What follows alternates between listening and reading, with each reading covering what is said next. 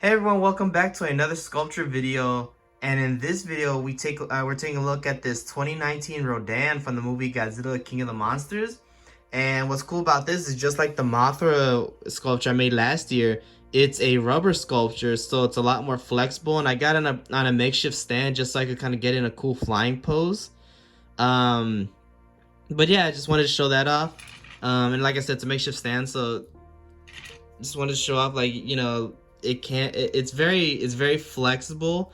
um I've used a brand called Polytech for the rubber material, and so that kind of, and I believe it's what was it, the number 70, so it's supposed to be kind of like, I try to find a medium where it's thick enough that it can be painted on, because that's the problem that you always run into with rubber, is that because it's, obviously it's rubber, it's hard for paint to stay on, because the second you start, flexing it and stuff, the paint's gonna rub off. It's a really, painting rubber is always a tricky situation.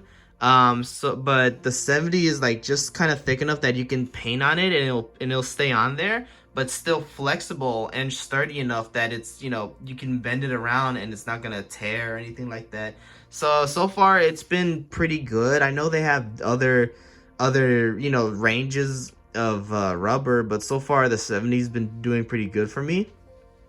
um and now, as you'll notice with this video, something that's, I didn't do is I didn't actually record my sculpting process, and that's because at the time when I was making this, I was trying to finish up some projects from school, and so I kind of worked on this in the background while I was trying to work on those, just because those obviously, those take priority. And I didn't have time to really film them either, so I just kind of, put it together. And that was several months ago, back during November, December, when I sculpted this guy. So yeah, I've had it kind of on a back burner for a while, but I was finally able to, a couple months ago, take it out and make a mold of it with some Umu 30 silicone. I believe it's 30. It's the one that's purple, and it's a silicone mold. And I did two-part molds for, I made one large two-part mold for the head. That means the mouth and the head, and then the neck, the body, the legs, and then the tail. That was all one two-part mold, that in which I, casted it. And then I made two more molds of, each wing. And yeah, so there's some casting pieces that didn't go as well, but I still, because like sometimes it made this big hole right here or something like that. And that's why you need to make these things called bleeder holes, in which, it'll allow the material to kind of run, bleed through, and that'll take away any bubbles or anything like that, or at least it does. It's supposed to help take away bubbles. That way you don't have issues like this with holes. I just want to show that this is one of the castings of the head, and I mainly did this just so I could have extra pieces. Sometimes I made more castings just so I could have extra pieces in case like I was missing some toes or something like that. But something I also did is I actually used this two-part epoxy sculpt, and I actually cut off some of the nails and even the beak and as you can see, these horns right here in the back. And I actually used the epoxy sculpt, to redo those, because while having the rubber is helpful and stuff, um my bleeder holes weren't perfect, so that a lot of them looked really weird. And just to kind of, I just wanted to use the sculpt just to, put back the claws and the nails, and also just so that they could be a little sturdier and be a little more sharp and pointy. So, and I think that it blends mostly well into the rubber, the paint, when you have it all painted up, it's good. And speaking of paint, I've had these for a while, but I've been forgetting to use them. But the Arteza premium color paints, and these are actually really good. Now they come in these small thin tubes. Let's see if I can pull out one of them. It's a very good packaging too, and it comes in really good, really premium trays. It's it's quite expensive because it comes with a lot of paints, but I do feel like they're worth it. But as you can see right here, they come in these trays, and they keep the paints, well protected, and they come in these thin tubes. And even though it seems like it's very little, and it is, but like if you just squeeze a little bit, you can actually get a decent amount of coverage. And especially if, as you see in the video, I kind of watered them down, so you get like a decent amount of coverage with the paint. And obviously I make smaller sculptures, so that's probably what helps. But still, pretty really good paints. I really like how they are. I still have a lot of the apple barrel ones. I'm not gonna use the Artezas as much, maybe just for these. But another thing I noticed that I actually didn't. Usually my process of painting these rubber sculptures is to use gesso. In this case, I didn't use it, and I actually just left the paint. Like, I just used the red paint. Like, I started off with a base coat of red paint, and it actually made a really cool transparent look to it. But what's really cool about that is that it gave me some cool ideas for, like, if I wanted to put in like a light up feature, not for this, but maybe for like something else. I could like paint it, let's say red or blue or whatever, and put some lights, some LED lights in there, and it could, it'll make a really cool effect, I feel. But regardless, I've been talking for a long time, and let's go ahead and get to the video, and I hope you enjoy. Alright, so I'm back. I just wanted to give a little insight with this, but as you can see, I'm pouring the Umu 30, the silicone rubber. And I apologize for this looking, like for my technique looking a little bad. It's just, I was trying to save on materials from this project to hopefully use on another project, but sadly that one kind of fell through. So I kind of did, use back technique here for nothing. But as you can see, it's a two-part silicone mold. You pour two in, you mix it together thoroughly so that it's like a purpley or bluish like this. And again, I'm just really sorry for the pour. I mean, I know I could have used more material, made it thicker, but yeah, I just really was trying to save up on, so I could use for the different project. But as you can see in there are my mixing cups, and there's the rubber liquid, the Polytech. And again, this stuff's pretty good, although it is very tricky. I've had an issue of I've had to like cast several times just because it would not it was either there were too many bubbles and there was like a giant hole in like the abdomen part, or like the case of it was just way too sticky that like I couldn't really use it. It was just too sticky. I couldn't mess with it, so I had to cast several times. It could also be that it was just an old it was just old material. I mean, I've had this in my downstairs in the box for like quite a few months since December, so it could be that just the material got old and maybe I just need to get new ones, but it still works for what it is, and I just have to make several castings.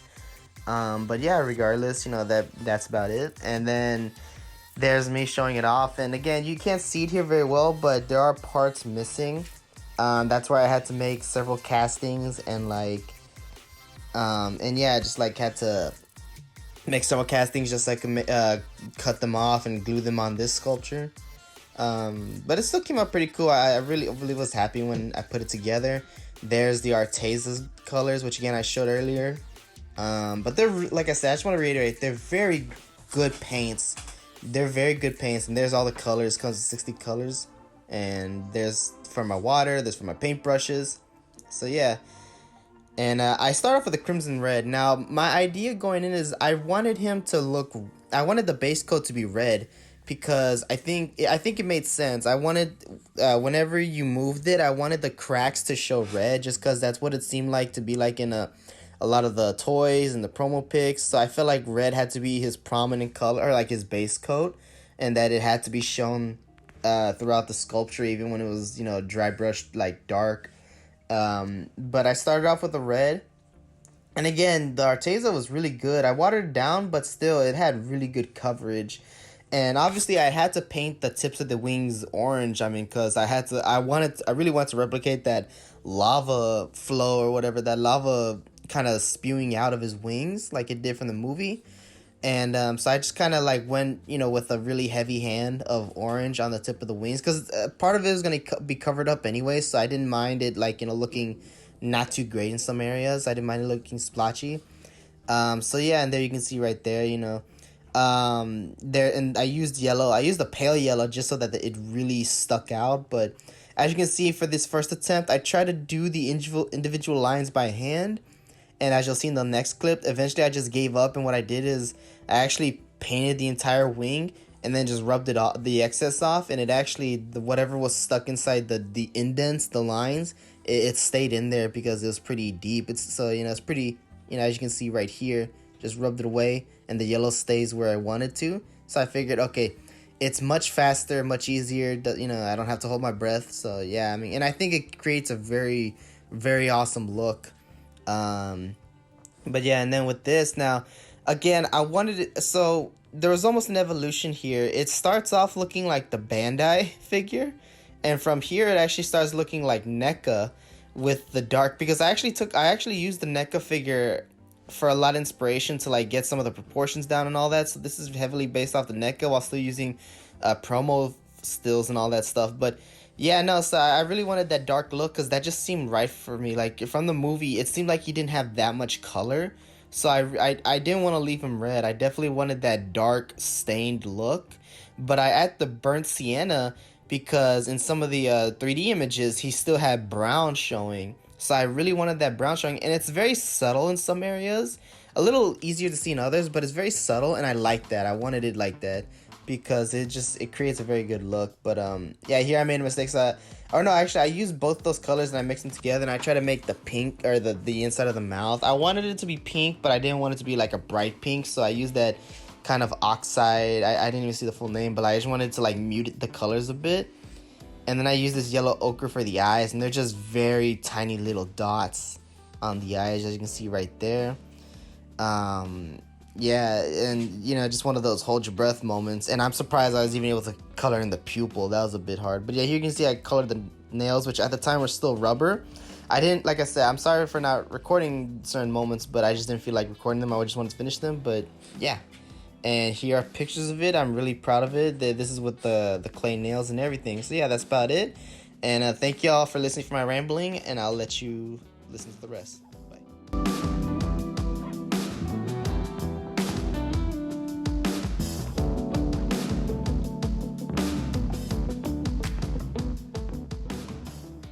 Alright guys, so, thank you for watching the video.